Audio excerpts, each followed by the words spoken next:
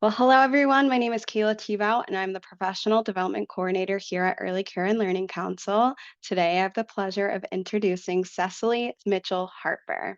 She is a New York State licensed social worker based in the New York City metro area. She has over 15 years of professional experience in various social work practice areas, including early childhood mental health, child welfare, school social work, and preventative mental health care.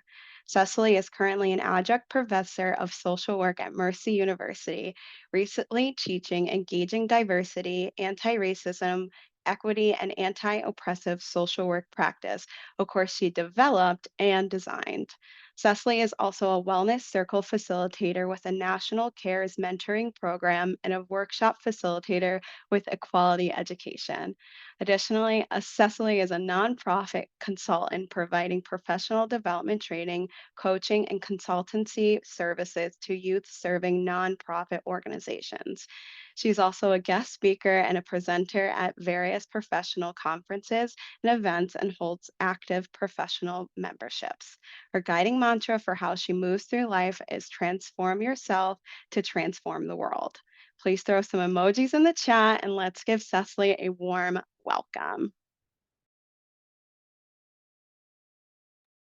Right. Thank you. Thank you so much, Kayla. And thank you so much, all of you, for being here. So I want to thank the team at Early Childhood Learning Collaborative and for all of you for being here, for choosing to spend part of your Thursday afternoon here with me. I love seeing the hearts and the emojis come up. So as you're joining, please feel free to share in the chat your name, your role, organization, where you're joining from. I'd really love to know who's in this virtual room. I may not be able to see all of you, but I would still love to know who's here in this space. And if you feel so led, you can also share one thing that is bringing you joy right now. So while you're doing that, I will just, keep on going, just to provide a little bit of a, summary of what we're going to be doing today. So as Kayla said, I am a licensed social worker. I'm based in the New York City area. And again, so excited to spend this time with you. So today, during our session, we're going to complicate trauma. So I like to use the word complicate because what we're going to do is we're going to examine and critique traditional conceptions of trauma-informed practice. We're going to understand the limitations, particularly in the context of our current social political landscape and in the context of our various programs. We will then engage in reimagining. So, reimagining a trauma informed practice that truly meets the moment we are in right now as a collective and as a society. So I want to name that this is not an introduction to trauma informed practice training. I will not really go into depth into what trauma informed practice is. I'm assuming we all have a baseline understanding of trauma informed practice. What we are going to do is complicate that understanding. And as I do that, we will talk about some of the tenets of trauma informed practice and then see what maybe we need to add on to it. So again, this is not to minimize or downplay the immense contributions and what we've learned from the field of trauma studies. Really, what we are doing is exploring the ways in which there may be some gaps that we need to address if our trauma informed practice is truly going to meet the moment we are in right now. So while this session is primarily lecture, webinar style, I do encourage interaction. So please make full use of the chat. I see the chat kind of blowing up. I don't have it in front of me, but I do see it. And Kayla and I are here to help out monitor the chat. And then there will be dedicated time twice during our time together for to share thoughts, questions, wanderings, etc. All right. And as I said, I think all of you have already started doing this. I can't necessarily see all of you, but I see you. Thank you so much for being here. And yes, we are all here in this virtual space right now. And so before I get started, I'd love to share a little bit about me and kind of why I do the work that I do. So Kayla provided a little bit of an introduction about who I am for my bio. And I want to share, so I am a licensed social worker, over 15 years of practice experience. And actually my first social work practice area when I graduated from my MSW. So I graduated from my MSW from University of Pennsylvania. I used to live in Philadelphia before moving to New York. I worked in early intervention. So I was in the early childhood space for a few years. I worked in early intervention. I facilitated mental health and social emotional learning workshops for early childhood providers across Philadelphia, as well as in the surrounding suburbs. And I also facilitated psychoeducational groups for caregivers of young children. So I kind of feel like I got my start as a social worker in the early childhood space. So I'm really grateful to be in a space full of early childhood providers. And I want to say that, I am very deeply committed to anti-racism, anti-oppression. This is the foundation of all that I do and who I am. And I also believe in the power of storytelling as a liberatory practice. So, as Rebecca Solnit says, liberation is always part of a storytelling process, breaking stories, breaking silences, making new stories.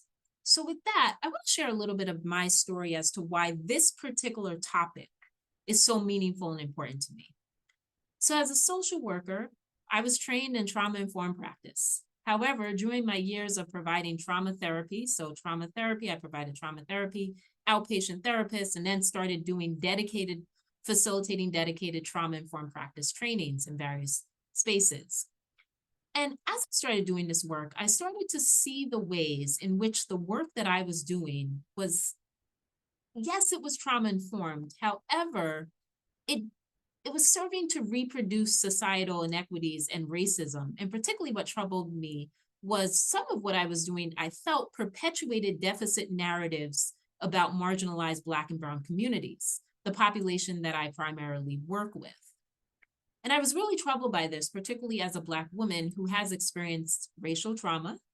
And so, troubled by this, I knew I had to engage in trauma informed work in a different way. So, what I'm sharing with you today is what I've learned and experienced in my journey to do things differently. And I say it's a journey because I have not arrived. I'm still learning. And I'm just, bringing you into some of that learning process. And fun fact about me, I'm a quote queen. I love reading, sharing, and even creating quotes. And as you see through this session, I will be infusing a lot of quotes. I bring in a lot of quotes into my work. All right. So thank you for listening. And in all of my workshops, I offer these agreements for how we're going to be in this space for the next hour. Well, now it's less an hour. For the sake of time, I will not read them out. They are here for us as a container.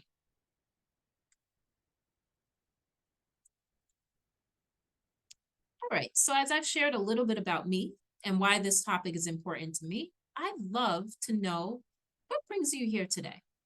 I invite you to share into the chat if you feel so led. What brings you here today? What brings you here? What do you hope to leave with? Again, you can feel free to drop that into the chat.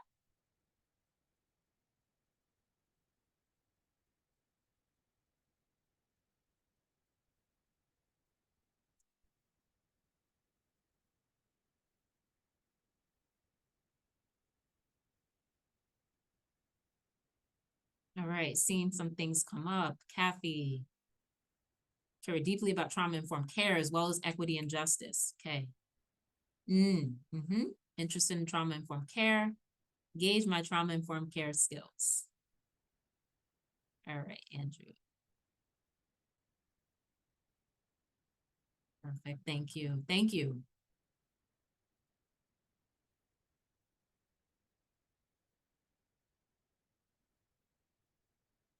Perfect.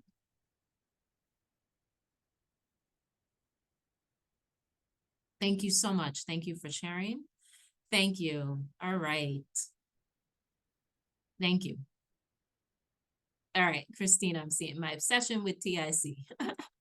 All right, thank you so much for sharing all. So my intention is to honor what you share. While I may not be able to get to everything that you would like to learn and gain, my hope is that you are able to engage and are able to take away some key gems of wisdoms and knowledge bits that you can share and bring back to your programs.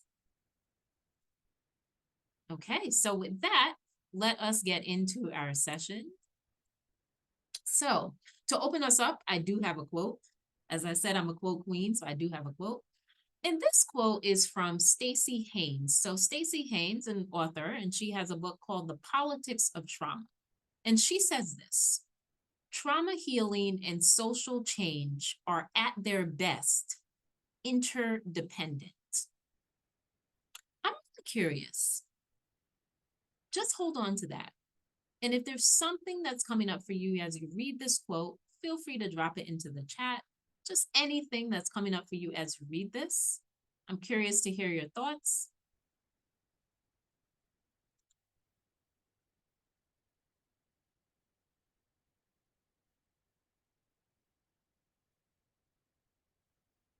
And for some of you, you may just want to take that quote in. But if there's anything that you want to share, you can feel free.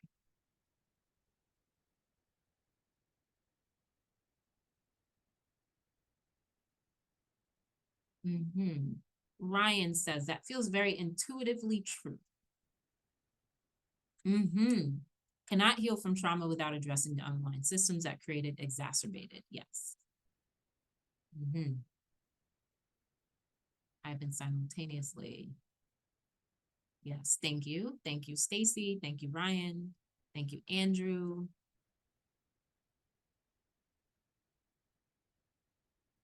Okay, so the question, what does it mean by interdependent? So interdependent means that there is a relationship between the two, right? And that one influences the other and the other influences the other. So that's interdependent. And as I go through my workshop, I'm going to be talking about this interdependency between trauma and social change. So basically, my whole workshop is looking at and exploring and breaking down what this interdependency is.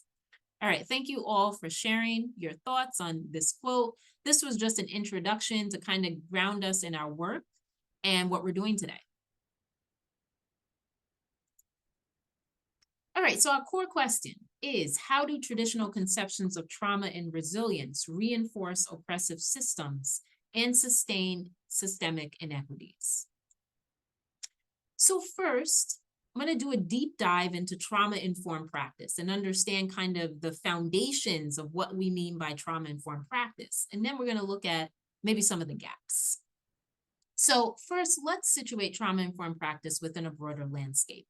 What we call trauma-informed practice, the sting that exists, right? And that is now widespread in all types of institutional spaces. Some of you are actively operating in a trauma-informed practice manner, seeking skills in that area, etc. Trauma-informed practice does not exist in a vacuum, right? It's part of a larger landscape, the social political climate, along with societal values and assumptions. And as I believe we all know, part of the foundation of our society in this country is racism and white supremacy. So as Toni Morrison says about whiteness or white supremacy, it's the fishbowl. It supplies the very context for meaning making. So drawing from critical race theory, racism is endemic in our society, meaning that it is part of the fabric of our society and our institutions. And Dr. Sean Ginwright, who's a scholar and youth practitioner, he says, white supremacy is recycled in our communities, our programs, and our relationships. So that's the foundation. Hold on to that. And with that context, what I've come to see is that if our trauma-informed practice is not intentionally anti-racist, what we end up doing is perpetuating racism and other forms of oppression, as well-intentioned as we may be with our trauma-informed care. So with that, let's complicate trauma and interrogate traditional trauma-informed practice and see the ways in which unintentionally sometimes it does perpetuate racism, other systems of oppression. So first, this will be some more lecture style as I explain and unpack some things. And as I'm sharing, feel free to write down any questions you have into the chat, and there will be dedicated time at the end of this session to address these questions. All right, so again, as I said, I'm very interactive. What comes to mind when you hear the word trauma? Just feel free. First thing that comes to mind when you hear the word trauma, feel free to drop it into the chat.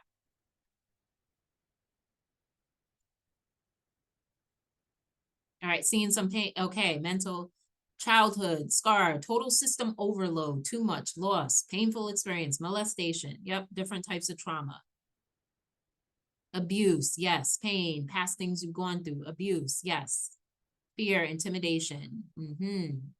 Negative experiences, loss of trust, out of my control. So what you are all naming is very real, right? This is trauma, right? The pain and also trauma comes healing. But different types of trauma, ooh, generational trauma, I just saw that. And trauma does contribute to a loss of control. I appreciate somebody naming Holly, naming generational trauma. Hold on to that. We will talk about that. Yes. So all of this is right, right? This is trauma. When we say trauma, so all of what you have here is right. And let's just look at a few, common definitions of trauma. And then we're going to explore the different types of trauma. So traditionally, when we think of trauma, we think of individual traumas. So this traditional definition from SAMHSA defines trauma as a one-time event or series of events that is experienced by an individual, right? So it's very individualized. So what I've come to see and what we need to understand is that this traditional definition, while yes, trauma does impact individuals, and we want to be concerned about that, we also want to take into account, which this traditional definition does not quite take into account, is the chronic state of oppression that marginalized groups are in. And if we look deeper at traditional trauma theory, right, so our definition of trauma and treatments and trauma-informed practice emerges from theory. Traditional trauma theory rests on this assumption that the world is essentially safe and that people who have been traumatized have a less realistic picture of the world. However, if we really stop to think about it, knowing the reality of racism, white supremacy, racial violence, all we need to do, right, is look at what's happening in LA and in cities across the country right now, but I'm thinking of LA and particularly immigrant communities being re-traumatized, ICE raids and seeing the presence of the Marines and the National Guard, right? All of that is trauma. And so with that, we need to have a trauma-informed practice that adequately addresses that and that adequately addresses the pain that causes those who experience it. And so as we've said, Toni Morrison says, white supremacy, racism is the fishbowl. So we need to have a practice that addresses that and understanding that as long as racism exists and white supremacy is the fishbowl, there can be no real safety, right? The first tenet of trauma-informed practice is safety. Well, we need to create safe spaces in all of our programs and in society. And how do we do that? And so as we know, there are also many different types of trauma. So oftentimes when we think of trauma, we do think of individual trauma, right? So individual trauma, that is some of you mentioned molestation, child abuse, etc. That is the individual trauma. Multiple types of individual trauma exist. And then from there, we have family trauma. So family trauma, a lot of times what happens at the individual level does impact the family, especially when we're talking about children, especially, children, early childhood, right?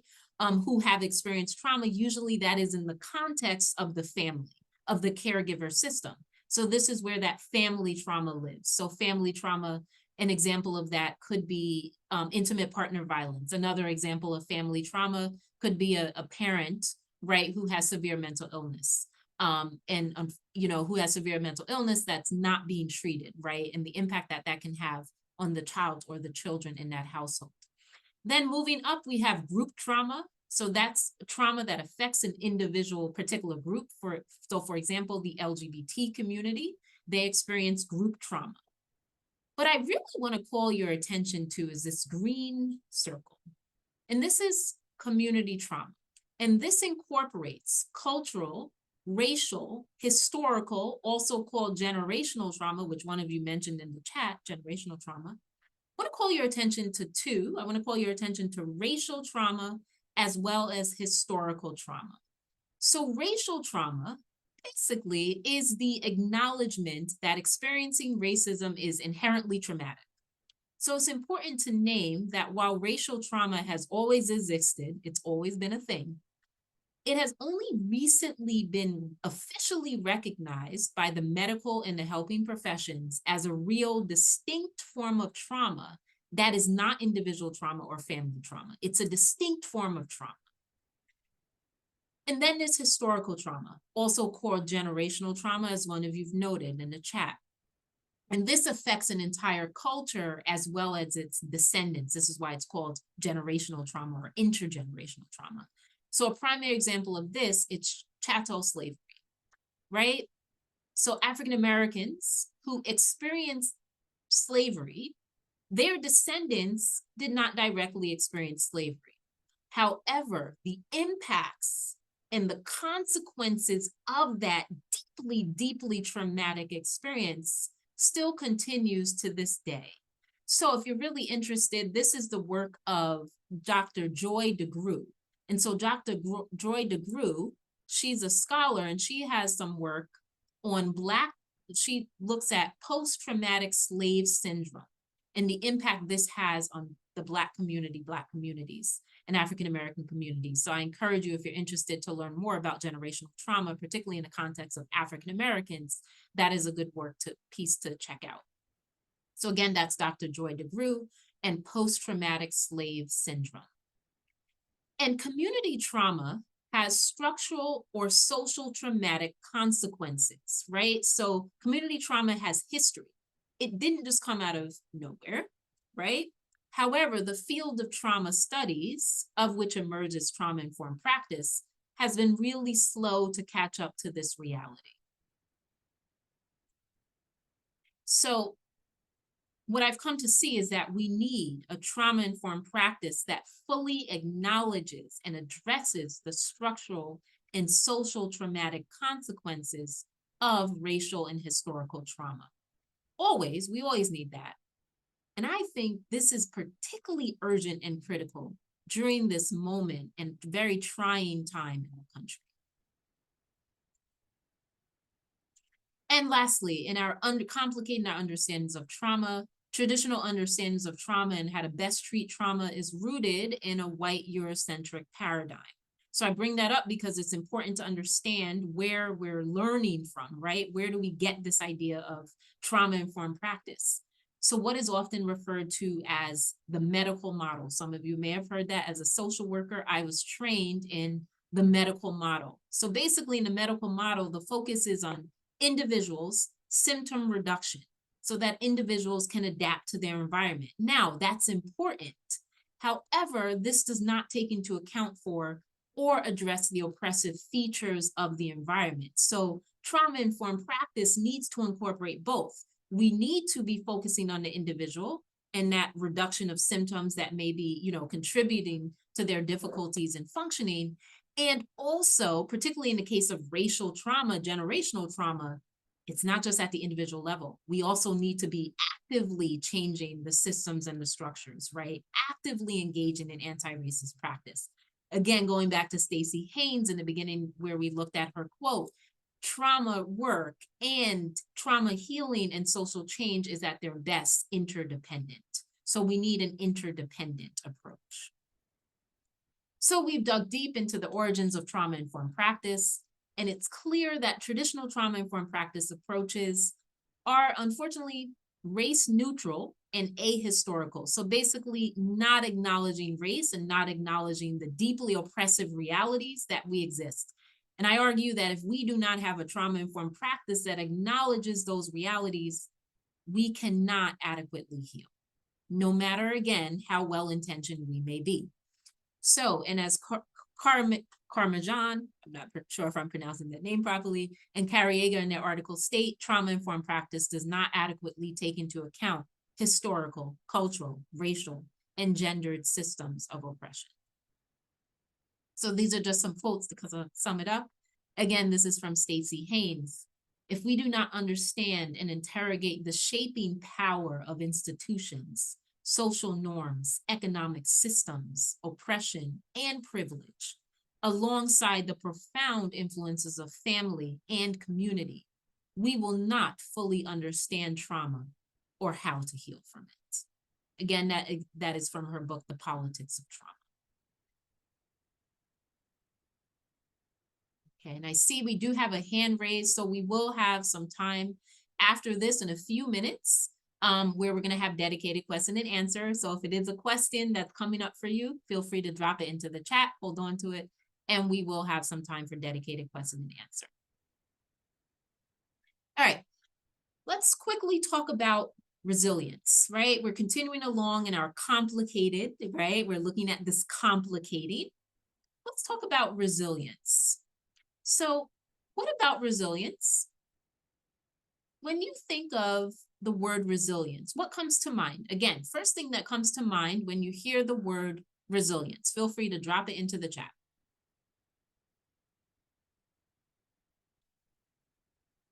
Okay, I'm seeing some things come up. Strength, support, safe, perseverance, strong, having the supports necessary to recover. I love that. All right. Secure, persistent, ability to continue on, flexibility. Yes, safe. Tolerance. Awesome. Thank you. Overcoming, strategies to recover. Yes. Awesome. All of that is right, right? So when we think of resilience, okay. So when we think of resilience, oftentimes we are thinking at the individual level. So again, some examples of common definitions of resilience. Again, this is from SAMHSA. So resilience is defined as an individual's ability to cope with adversity and adapt to challenges or change. And again, this is a popular definition from Psychology Today. Resilience is the psychological quality that allows some people to be knocked down by the adversities of life and come back strong, at least as strong as before. All right, so a few things about our understandings of resilience. Again, similar to how we understand trauma, we often think about it in the sense of the individual, right? An individual's ability to press forward, demonstrate strength and fortitude. Now, that is a very core part of resilience, not to say that that's not part of resilience. That is important part of resilience. However, when we think about trauma, we also need to be focused on changing the systems and conditions that caused the trauma in the first place. That is how we foster resilience.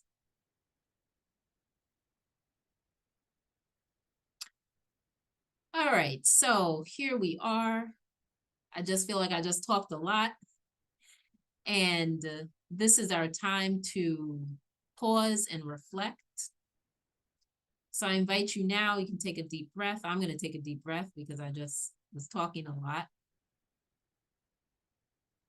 And if there are any questions, comments, anything that's coming up for you as you engage in this material, this is your opportunity now to share into the chat.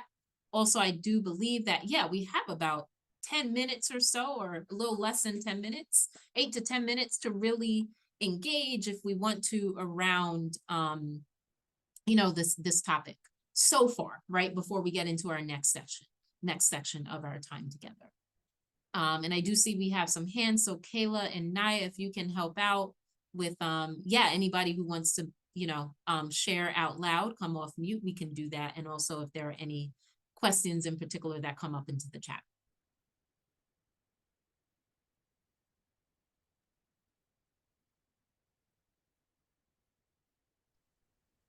Susan, you can come off mute if you want to ask your question. If not, you can type it out and I'll read it. Thank you.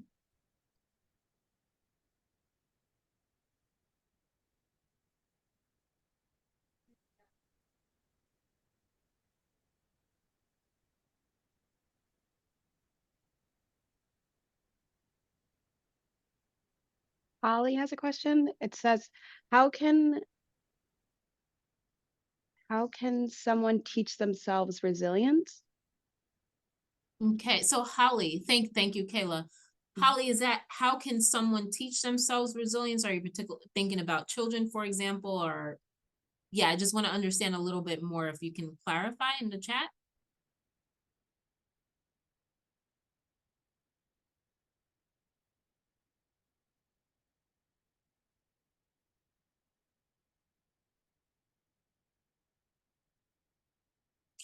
Okay. All right. Thank you, Holly, myself, children, family, and friends. All right. Awesome. Thank you. So basically resilience, and actually when I go to my second part, we're going to talk about how to cultivate environments, right, within our program, within our families that cultivate resilience. And there are some core practices that we can do. But basically what we want to do is we want to ensure safety, right? And we're going to talk about what this concept of safety means, right? And we also want to, as we're gonna see, resilience is really fostered in the context of relationships, right? We cannot have resilience. We can't teach resilience outside of relationships. So for example, in early childhood, when we're thinking about young children, they learn resilience, right, through being in safe and secure relationships. This is why it is so important that young children and children in general, and young people, and all of us, I would say, we need to be nested in communities of care. And so part of what I'm going to talk about later is how do we create those communities of care. But that is foundationally how we teach resilience, right? Is it happens in the context of relationships. I hope that helps to answer your question. Thank you, Holly.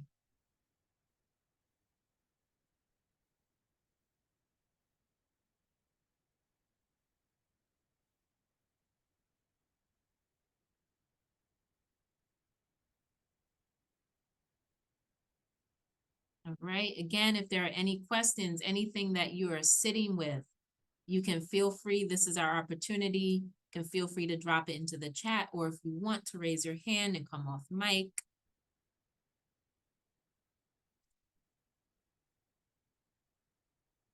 All right. So I'm seeing some questions. I also see Stacy has her hand up. How can we avoid trauma? What are some ways to get families to trust and build relationships that have been through so much trauma? Ugh, such good questions. Yeah. All right. And Rachel and Ruth, so Rutiet, I'm not sure if I'm pronouncing your name properly. I don't know if we can completely avoid trauma. However, what we want to do is create spaces that foster resilience so that if we're going through trauma, we know that we're going to be taken care of, right? And that community of care is so important.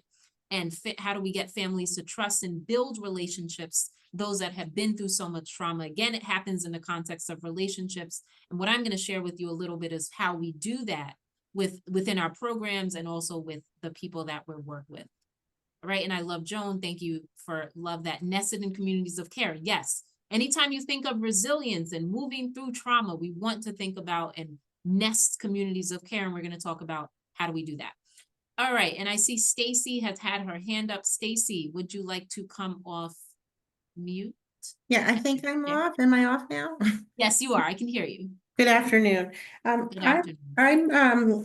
I work in a rural Head Start program, and so oftentimes it's not just our children and families who have experienced trauma, but it's our staff as well, and that impacts their ability to interact in a professional or positive way at times with stakeholders. And so I'm wondering, if you have any strategies for how to work with, all parties who are dealing with something. And then part B of my question would be, do you have any information that you could share in working with biracial families? In regards to trauma and informed care. Sure. Thanks. Thank you. Stacy, thank you so much for your questions. So Stacy, the first part of your question, I think, very rightly acknowledging, right, that it's not just children and families, it's also staff, right? And so I love your question and I'm going to ask, I'm actually not going to answer it right now because that's basically the next part of our time together is where we're going to talk about. So understanding that reality that children, families, as well as staff, and sometimes ourselves are traumatized and have experienced trauma. So again, how do we create communities of care? So hold on to your question. I'm intentionally not going to answer it right now because that is what we're going to discuss. And the next part of your question, you asked about how to specifically support, I think, biracial children, biracial families. I don't know if that may be too much out of the scope of this workshop, but hopefully what I share is going to help in terms of understanding, because when I think about biracial families, right, there's an element of understanding identities. And so part of what I'm going to share is how do we have a trauma-informed practice that incorporates and understands our identities, our ethnic identities, our racial identities, our gender identities, right? And so that when I think about biracial, I'm thinking about some of what we need to take into account with those families, right, are the fact that this is mixed race, mixed ethnicity. So then how do we have a trauma-informed practice that truly takes that into account? So we'll talk about that. And April, I see April has a hand. I think we do have some time for about 2 more questions. April, would you like to unmute? Yes. Hi, good afternoon. Good afternoon.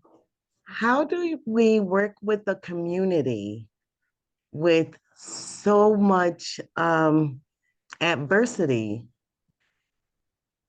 and trauma at the same time? And I am a very new provider. Yeah. April, I just want to say thank you for sharing that. Adversity, there's so much, right? And I just want to hold on to that because particularly in the climate that we're in right now, Yes. there's a lot. Mm-hmm. There's a lot. And so as we go into the second part of our time together, what I'm going to be sharing is how do we create, again, communities of care that Yes. really adequately and sufficiently address and can hold all of what we are navigating right now. And also, how do we take care of ourselves in the process, particularly if you're a new provider? And I think you mentioned you're new, right, coming Yes. into this. So how do we take care of ourselves and each other? Yes. So April, thank you for your question. My hope is that as we go through the time together, the remainder of our time together, that will be answered. Okay. Thank you. Thank you. All right. I think Kayla and Naya, are there any other questions that we have? Anything that I need to address before I move on? There are several questions in the chat, but for the Okay. sake of time, I think we can answer them at the end. Yeah, I'm sure we can. Yes. All right. Okay. Yes. All right. So if you do have questions, if you put them in the chat, hopefully, as I go through this next section, it will be answered. And if not, we will have another space at the end. All right. All right. So trauma and resilience through a transformative lens. So in our remaining time, what we're going to do is we're going to, now that we've looked at our understandings of trauma, resilience, trauma-informed practice, we're going to explore what a transformative lens means, right? How do we have a trauma-informed practice that adequately addresses both the individual effects of trauma, right? But also the structural and social traumatic consequences. As we know, our families, our children, right? Us ourselves, our providers ourselves, we are traumatized. We are dealing with a lot of societal stressors in addition to our own traumas. So how do we heal from that? And how do we create environments that foster healing? So that is really what we're going to talk about. And a lot of this comes from my own, so I'm going to be sharing from my own journey of what I've learned in doing this work and what I've learned in terms of creating those nested communities of care. And so I'll be sharing some of what I've learned in that process. All right, so when we think about trauma through a trauma-informed lens, couple of things about trauma, right? So the way I understand trauma is I understand trauma as a soul wound. So trauma then becomes a fracture to the harmonious connection between the mind, body, and the spirit. So indigenous cultures, and this comes from indigenous cultures acknowledges that there is a harmonious connection between mind, body, and spirit. And for them, and how I understand trauma is a fracture to this harmonious connection. And so with understanding trauma as a fracture, trauma at its essence, no matter what type of trauma we're talking about, disconnects us. We become disconnected from ourselves, disconnected from each other, and disconnected from our broader communities. So then we need to have a practice, a trauma-informed practice that helps us to reconnect. So I'm going to talk about how we reconnect. And as I've named racism, white supremacy, right? It's the fishbowl. So we want to have a trauma-informed practice that reconnects, right? And I have come to see that racism and white supremacy is kind of the ultimate soul wound, right? If you think of trauma as soul wound, racism and white supremacy is the ultimate soul wound. And for racism and white supremacy to thrive, it again requires this disconnection where we become disconnected from ourselves, each other, and the earth itself. As Dr. Sean Dinwright, again, I'm bringing him into the room. He is an youth scholar and a youth practitioner, and he says systemic oppression traumatizes everyone and the earth itself. And so we've looked at trauma. Let's look at resilience. So in trauma-informed practice, when we're putting this transformative lens onto it. We're understanding resilience as fostered in community. Yes, resilience, part of that is the individual, right? Individual strength and fortitude. However, everyone has inherent resilience. What we want to do is tap into that inherent resilience. And how do we do that? So resilience, I'm going to offer a few definitions of this community understanding of resilience. Community understanding of resilience. This comes from Dr. Sean Jenright. Resilience as collective healing as a means towards civic action. So there's collective, there's a sense that resilience cannot happen outside of community, and that it does lead towards action that actively changes the oppressive conditions, right, that we know cause trauma, as well as resilient families, families, and organizations continue to grow under stress because they are deeply rooted in life-giving relationships. So I actually like this image. This image here on this slide is of aspen trees. So aspen trees are found, they're a type of trees that are found in the Pacific Northwest part of the US. And I'm using aspen trees because to me, this is really provides a really nice visual for how we can understand community resilience, this idea that resilience is fostered in community. So in aspen trees, while each tree sprouts up as individual trees, they're deeply rooted together at their foundation. So while an individual aspen tree may experience a trauma or stress, the whole tree is able to withstand. So I like this way of thinking about us in communities. So what we want to do is foster communities. While I may be experiencing a trauma or stress, I'm part of a community that allows me to grow and withstand and have that resilience and cultivate that resilience because I'm part of that community. So again, we want to think about how do we foster communities of care so that everyone can thrive, particularly those who are most marginalized and oppressed.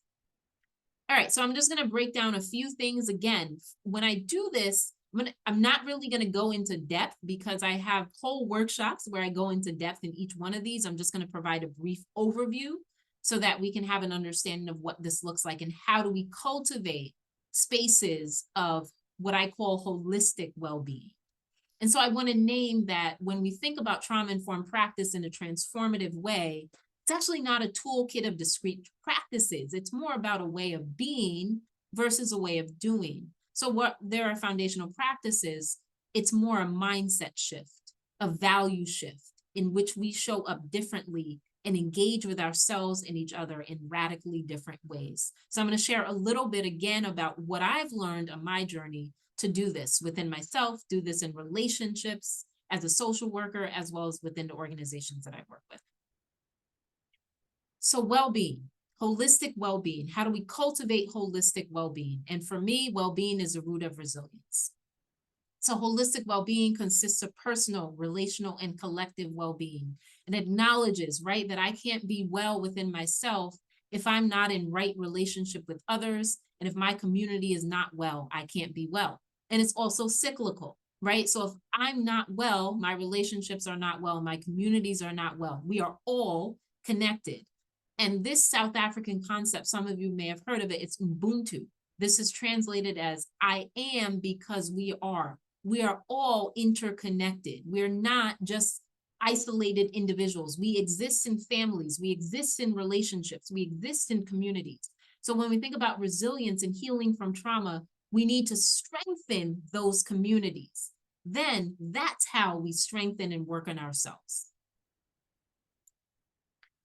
All right, and we name that racism and white supremacy. We're kind of existing in this fractured state, disconnection between ourselves, each other, and the earth itself. What we want to do, holistic well-being to me, is a restoration, where we're restoring the harmonious connection between mind, body, and spirit, and restoring our connection with ourselves, each other, and communities.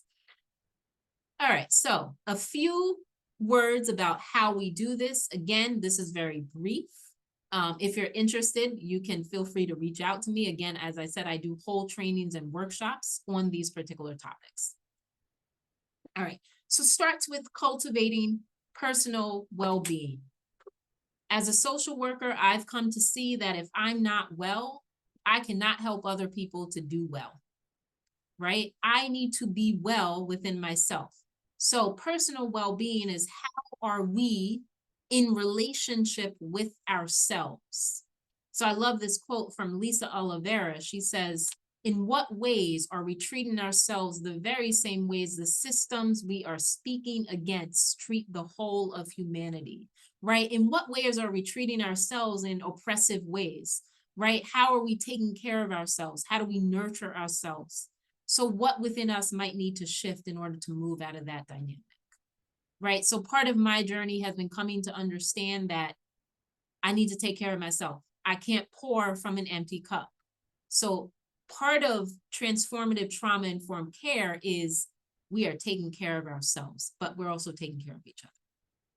But it starts with us. So in transformative self-care, what we want to do is nurture the harmonious connection between mind, body, and spirit. So we want to have self-care practices that tend to our mind. We want to, you know, for me, for example, I engage in meditation, I engage in prayer, as well as, so one thing that I'm holding right now is a palm stone. So palm stones are known for their healing qualities. And so anytime I'm doing a workshop or anytime I'm out and about, I have this with me. It's a palm stone, and this helps to ground me. So that is just an example of how I cultivate self-care within myself and help to make sure that I'm grounded so that I can show up and be the person I need to be in the communities that I'm in.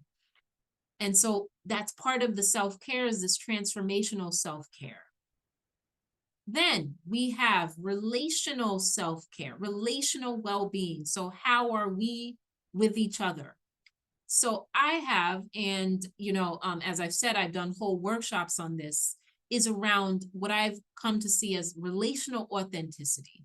So how, basically at its essence, is how can we be in authentic relationships with each other, with our colleagues, with our supervisors, supervisees, and the people that we work with, the children and families we serve. So a few things we can do right off the bat, right? Part of it is we want to understand our social identities. So social identities are a little bit different from our personal identities. Personal identities are personality, some of our traits, some of what we like, dislike. Social identities are those identities that mark us socially and are related to our experiences of oppression and privilege, right? So race, gender, class, sexual orientation, right? So part of my social identity is I'm a Black woman. That is my race engendered identity. That comes with it experiences of, unfortunately, oppression. However, another part of my social identity is I'm educated. I have a master's degree, right? So that comes with some privilege. And so understanding that we all have social identities.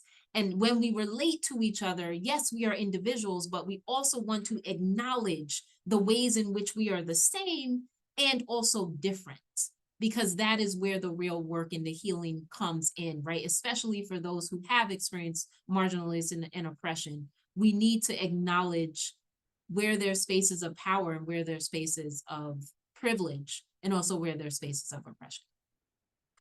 All right, and so what we want to do is we want to lean into tension and discomfort. Again, we want to be engaging in hard conversations. We want to explicitly name power dynamics. As a social worker, it's very important to me that, when I'm working with, especially right as an adjunct professor, I name in the beginning that there's a power dynamic in the classroom. There are students and I'm the professor. As much as I try to break down and disrupt that power dynamic, it's there. So in the beginning of my classes, I always state, okay, there's power here. And what we're going to understand is how this operates. So we want to understand power, we want to understand privilege. That is part of how we are engaging with each other in a relationally authentic way. And lastly, we want to cultivate collective well-being. And again, this is where, when I talked about nested in communities of care, this is where this is, right? It's in the relationships and it's also in the community. What we want to foster is safe communities. Yes, safe. Safety is a core tenet of trauma-informed practice. We need to feel safe. In order to heal, we need to feel safe. However, I've also come to see that we need to foster brave spaces, brave spaces. So oftentimes when we say we want safe spaces, if we don't explicitly bring race and other social identities into the conversation, the space will only be safe for those who hold the most power in the space, right? So what we want to do is reflect on, who is this space safe for? who is this space not safe for? Right? When we say, oh, yes, we have safe spaces, really reflect and interrogate. Is it safe for everybody? Because if it's not, then it's not a safe space. And so we want to foster, in addition to safe spaces, we want to foster brave spaces, right? When I say brave spaces, I mean spaces where we can intentionally engage in hard conversations about race, about oppression, etc. And it requires an intentional and explicit commitment to equity and anti-racism.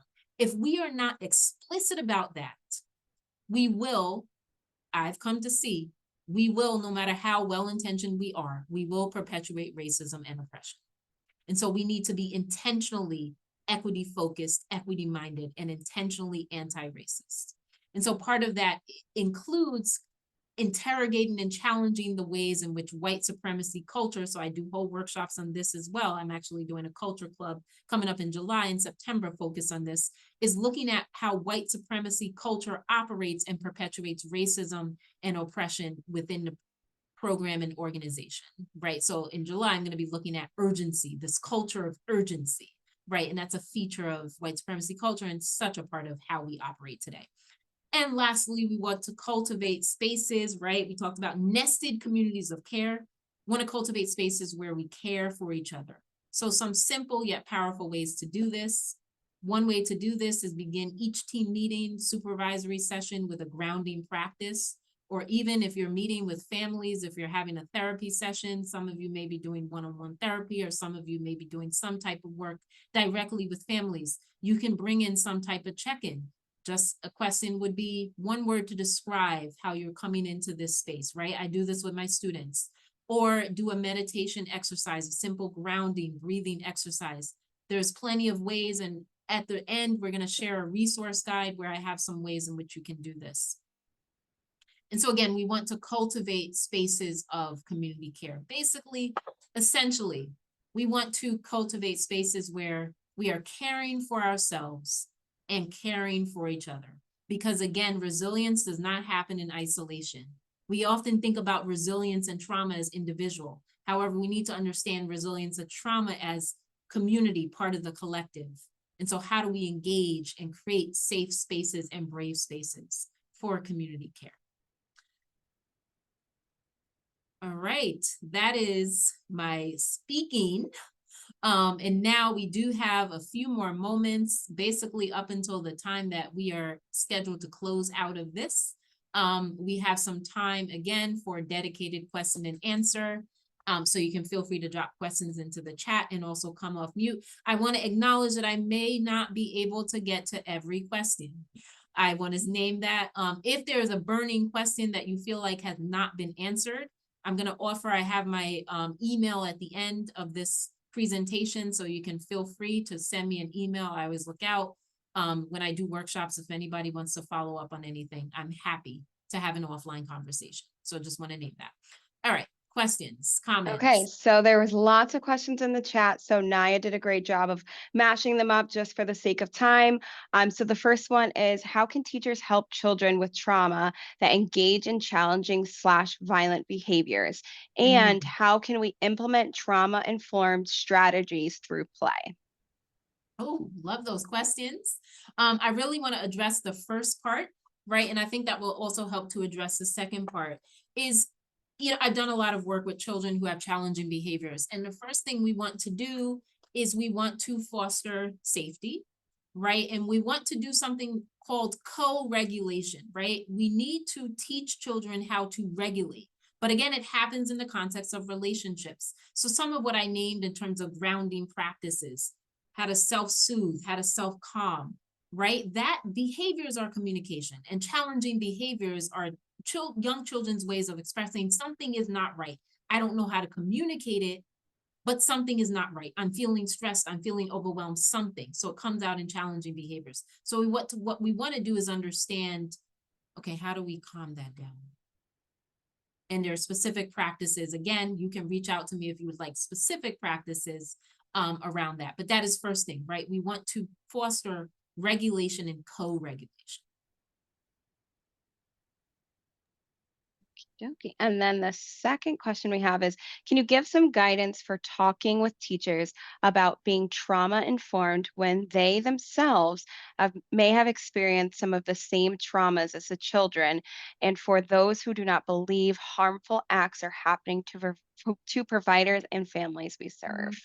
Oh, oh, that question is so powerful because it is so real, right? This is what I said about we are also traumatized. We're trying to create systems, right, in spaces that help folks that we're working with heal from trauma. We're also traumatized. So I think it's starting with the recognition that we're all traumatized. We're all experiencing our own, whatever it is, our own traumas, right? And so again, it's how do we create those spaces? But depending on the type of relationship that you have with a teacher, some of that is having hard conversations around, and asking them, how do they understand their classroom? How do they understand the environment? What's challenging for them? Sometimes when we start there, then it helps them. And then it helps them to kind of let their guard down a bit and then maybe share a little bit about what's challenging and how we can help them. Again, I can only say that much in the context of the time that we have.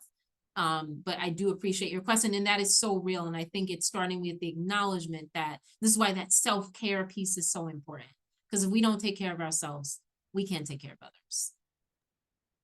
Okay, the last question that we have time for is, as a white woman, I feel an especially deep sense of self-loathing, and I find that in itself has traumatized me. It is like I can't fix or change the current or historical atrocities, and it leaves me feeling hopeless and helpless. Is there any tangible things that I can do to help? First off, thank you, Kayla, for reading that question. Whoever asked that question, I just want to say thank you for your question. Thank you for your vulnerability.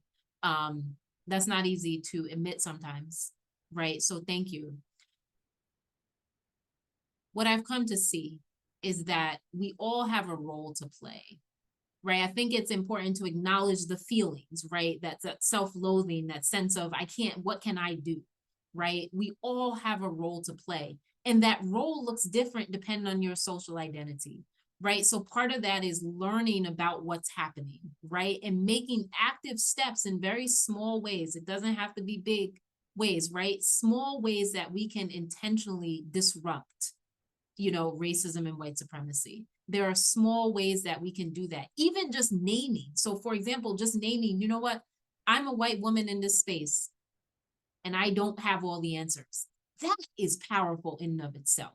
That creates, I've come to see change in and of itself. So understand that there are small things that you can do to shift cultures. It doesn't have to be big. As Adrienne Marie Brown says, small is good, small is all. I want to thank you again for attending this month's Learning Cafe. Thank you for such an engaging Learning Cafe. And then Cicely has all of her information at the end of the slide, and she will be attending the Culture Club in July, so make sure you attend that. Thank you, everyone. Thank you, Kayla, Naya, and to the whole team at ECLC. Thank you so much. And thank you for all of you. I'm seeing the love in the chat. I love that. Thank you so much for joining. Thank you for your engaging questions, dialogue, etc. Looking forward to seeing some of you in July.